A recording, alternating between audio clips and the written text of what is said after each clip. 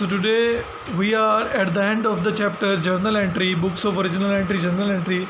So here we have some special transactions relating to goods. So as we already studied about the goods, goods means the terms which we are using only for purchase of goods जो हमने resale करने हैं, cell के purpose के लिए लिए हैं. तो कई बार क्या होता है, प्रोप्राइटर हमने पर्सनल यूज़ के लिए ना गुड्स को निकाल लेते हैं. मान लो किसी की प्रोविजनल स्टोर है, करियाना स्टोर है, तो उसने मेरे घर के लिए चीनी निकाल ली. तो उसकी जर्नल एंट्री किस तरह से होगी जब एक प्रोप्राइटर अपने पर्सनल यूज़ के लिए गुड्स निकालता है? तो नॉर्मल एंट्री होती है ड्राइंग्स अकाउंट डेबिट. अगर कैश निकालता है तो टू कैश अकाउंट लिखते हैं, अगर बैंक से निकालता है तो टू बैंक अकाउंट लिखते हैं. ओके. अगर गुड्स निकाल रहा है तो गुड्स नहीं लिखेंगे, लिखेंगे परचेज अकाउंट. याद करो जब हम गुड्स खरीदते थे, बॉट गुड्स फॉर कैश, तो एंट्री करते थे purchase account debit to cash account. तो परचेज वर्ड यूज़ होता है. नरेशन लिखेंगे goods withdraw for personal use. ऐसे कई बार हम चैरिटी देते हैं, किसी को दान कर देते हैं, डोनेट कर देते हैं, तो उस केस के अंदर क्या एंट्री होगी? Charity account debit. अगर कैश दे रहे हो चैरिटी तो charity account debit to cash. Cheque दे रहे हो टू बैंक. गुड्स दे रहे हो तो लिखेंगे टू परचेजेज अकाउंट. यहाँ पे लिखेंगे being goods given away as charity. ऐसे कई बार फ्री सैंपल देते हैं. ये जो शैशे आते हैं ना आपके पाउच, आप जो यूज़ करते हो हेयर पे अपने, है ना, हेयर ऑयल्स के पाउच आते हैं, these are only for samples. ये तो मार्केट में डिमांड ज़्यादा बढ़ने के कारण इनको डिस्ट्रीब्यूट किया जाता है. पहले ये ना प्रोडक्ट के साथ अटैच होके आते थे. फ्री सैशे, फ्री सैंपल होते हैं, तो वो हमारे लिए एक तरह से एडवर्टीज़मेंट होती है. आपने देखा होगा पैराशूट ऑयल के साथ एक मान लो बॉडी मॉइस्चराइज़र मिल रहा है ना, या डर्मीकूल के साथ आपको डेटॉल का जो है साबुन मिल रहा है, सोप मिल रहा है. ऐसे गुड्स अटैच करके दे देती है कंपनी दूसरी कंपनी के साथ अटैच करके. तो हमारे लिए एक तरह से एडवर्टाइजमेंट एक्सपेंसेस हैं. अगर आप गुड्स दे रहे हो तो लिखते हैं परचेज अकाउंट, अगर कैश में पेमेंट करते हो तो लिखते हैं कैश अकाउंट, चेक में करते हो तो लिखते हैं बैंक अकाउंट. तो यहाँ पे लिखे goods distributed as free sample. Next topic है इसी के बाद ही, कई बार बेटा हमारे जो गुड्स हैं चोरी हो जाते हैं. हमारे गोडाउन में से किसी ने चोरी कर लिया, दुकान से चोरी कर लिया, या हमारे गुड्स में आग लग गई, तो हमारे लिए एक तरह से लॉस है. एबनॉर्मल लॉस बोलते हैं इसको. Loss by theft account debit. अगर आग लग गई तो loss by fire account debit to purchases account. Goods हमारे कम हो रहे हैं. गुड्स परचेज इसी केस के अंदर क्रेडिट होता है जो हमने 4-5 केस किए हैं. इसी केस के अंदर क्रेडिट होगा परचेज, और किसी केस के अंदर क्रेडिट नहीं होता. परचेज रिटर्न हमेशा क्रेडिट होता है. हम ना कई बार गुड्स का इंश्योरेंस करवाते हैं. मोस्ट ऑफ द बिजनेसेस जो है इंश्योरेंस करवाते हैं. अगर मान लो तो अबव गुड्स वर इंश्योर्ड, अगर ये हमने इंश्योरेंस करवाया हो तो हमारी एक एंट्री होगी ड्यू की. इंश्योरेंस कंपनी, जिसको हम इंश्योरेंस क्लेम भी बोल देते हैं, जितने का सामान हमारी जो है आग लगी, चोरी हुआ, इंश्योरेंस कंपनी, वैसे तो आग लगने का इंश्योरेंस होता है, चोरी का इंश्योरेंस कम मिलता है, क्लेम जो है कम मिलता है. टू लॉस बाय थेफ्ट और लॉस बाय फायर अकाउंट. ये चीज़ याद रखना. पहले ड्यू करते हैं उस अमाउंट को, जितने की आग लगी है वो अमाउंट लिखेंगे हम. इंश्योरेंस कंपनी अकाउंट डेबिट या insurance claim account debit to loss by fire और थेफ्ट अकाउंट.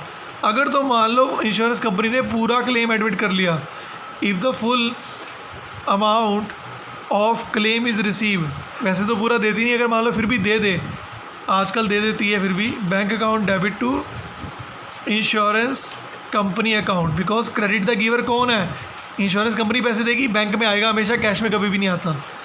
अगर मान लो फुल अमाउंट ना दे, 70% दे दे, 60% दे दे, 50 दे दे, if insurance company does not admit full claim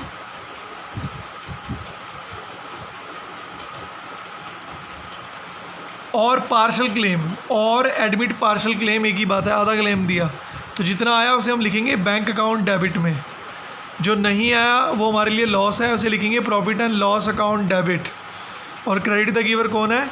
insurance company account. ये चीज़ याद रखना. ये बेटा एंट्रीज अच्छे से पढ़ लो. एक क्वेश्चन करते हैं ताकि आपको और क्लियर हो जाए.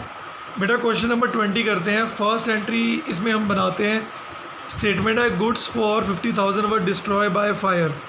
तो एंट्री होगी बच्चे loss by fire account debit to purchases account. यहाँ पे लिखेंगे being goods worth ₹50,000 destroyed by fire. आपको प्रॉपर लिखना है. 50,000 रुपीज़ यहाँ पे हम लिख देंगे. कह रहा goods worth 1000 were distributed as free sample and 20,000 given away as charity in cash. Goods तो दिए फ्री सैम्पल के और चैरिटी कैश में दी, तो अलग अलग एंट्री भी कर सकते हो, कंबाइंड भी कर सकते हो, कोई इशू नहीं है। कंपाउंड करनी है तो करेंगे advertisement expenses account debit, charity account debit. देखो एडवर्टीजमेंट का हमने दिया गुड्स तो लिखेंगे परचेजेज अकाउंट, चैरिटी का दिया हमने कैश तो लिखेंगे कैश अकाउंट। कंपाउंड एंट्री बन गई बेटा है, यहाँ पे लिखेंगे being goods were distributed as free sample and charity given away as cash, ऐसे प्रॉपर लिख लेना। गुड्स जो है बेटा वो 18,000 की है, जो चैरिटी है वो है 20,000 की। 18,000 परचेजेज है, 20,000 आपका कैश है। Goods were 25,000, cash 40,000 were taken away by proprietor for is personal use. अब प्रोप्राइटर जब पर्सनल यूज़ के लिए लेके जाता है तो हम लिखते हैं ड्राइंग्स अकाउंट डेबिट। अगर तो गुड्स लेके गया तो लिखते हैं परचेज अकाउंट जो है क्रेडिट में आ जाता है। अगर कैश भी लेके गया तो कैश भी क्रेडिट में आ जाएगा क्योंकि कैश व्हाट गोज आउट है। यहाँ पे लिखेंगे बीइंग कैश एंड गुड्स पर taken away by proprietor for personal use. तो जो कैश था और जो गुड्स थे 25,000 का जो है गुड्स थे, 40,000 का जो है कैश था, 65 टोटल था। Goods were 20,000 and cash 5,000 were given away as charity. ठीक है, ये दोबारा एक एंट्री रिपीट हो रही है, हम दोबारा कर लेते हैं इसको। देखो गुड्स दिए चैरिटी में, चैरिटी अकाउंट डेबिट। अगर गुड्स दिए हैं तो लिखेंगे परचेज अकाउंट, कैश दिया तो लिखेंगे कैश अकाउंट। चैरिटी सिर्फ एक बार लिखेंगे, 25,000 टोटल आ जाएगी, 20,000 परचेज के सामने, 5,000 कैश में लिखेंगे being goods and cash given away as charity. उसके बाद ये है cash 1,000 were stolen from iron safe. अब कैश चोरी हुआ है बेटा तो loss by theft account debit to cash account आएगा, गुड्स नहीं आएगा, यानी कि परचेजेस नहीं आएगा क्योंकि कैश चोरी हुआ है। तो बेटा इस तरह से क्वेश्चन ट्राई कर लेना, 21-20 सेकंड तक कंप्लीट कर लो। कोई प्रॉब्लम होगी तो मेरे से पूछ लेना। ये चैप्टर आपका ऑलमोस्ट फिनिश हो गया है। मैं आपको एक टॉपिक है छोटा सा वो बता देता हूँ इलस्ट्रेशन के अंदर, आप ट्राई कर लेना उसका क्वेश्चन भी। VPP वैल्यू पेबल पोस्ट, इस सिस्टम के अंदर क्या होता है, जो सेलर है ना वो सेंड करता है गुड्स को थ्रू द पोस्ट ऑफिस। जैसे आजकल आपके लिए ऑनलाइन होम डिलीवरी आती है ना, कोरियर वाला देके जाता है, वैसे पुराने सिस्टम के अंदर या आज भी ये कंट्री के अंदर वैलिड है, लोग यूज़ करते हैं। पोस्टल सर्विस के थ्रू जाते हैं आपके गुड्स, तो बायर जो है गुड्स की वैल्यू पे कर देता है, यानी कि गुड्स के पैसे भी देता है पोस्ट ऑफिस में और डिलीवरी गुड्स की ले लेता है। ये चीज़ आप इसको याद रखना, इसे बोलते हैं वैल्यू पेबल पोस्ट, इसे बोलते हैं VPP वैल्यू पेबल पोस्ट। जो है पैसे हमने पोस्ट ऑफिस वालों को देने हैं तो उनके भी यहाँ पे जो है हमें गुड्स जो है मिल जाएंगे, ये चीज़ आप याद रखना। ठीक है बेटा, एक इसके अंदर एंट्री भी है goods costing 50,000 but damage in transit. रास्ते में जो है ट्रांजिट में जो रास्ता ट्रेन में जा रहे थे गुड्स तो वो ख़राब हो गए या डिस्ट्रॉय हो गए, तो रेलवे की अथॉरिटी थी तो रेलवे क्लेम मिलेगा। ठीक है, तो उसकी एंट्री होगी railway claim account debit to purchase account. ये कुछ हमारे पास एक नया पॉइंट था, तो बेटा आप इसको ट्राई करना। VP की जो बेसिकली एंट्री होती है, जैसे इसमें है receive VPP from Ram, Ram ने पैसे दिए होंगे। Send a PN to collect it, वो पेड 150, हमने एक PN भेजा, उसने 150 रुपये अपनी फ़ीस ली कि मैं लेके आऊँगा तो मेरा पेट्रोल भी लगेगा, तो उसकी जनरल एंट्री बेटा बनती है वैल्यू पेबल पोस्ट है तो परचेज अकाउंट डेबिट होती है हमेशा एंट्री। 150 रुपये कार्टेज दिए तो ये भी डेबिट होंगे और 2 कैश हमने कैश में दिए हैं। तो ये आसान सी है, पहले फ़िलहाल आप पुराना करोगे, कोई प्रॉब्लम आएगी तो मैं अवेलेबल हूँ। Thank you so much.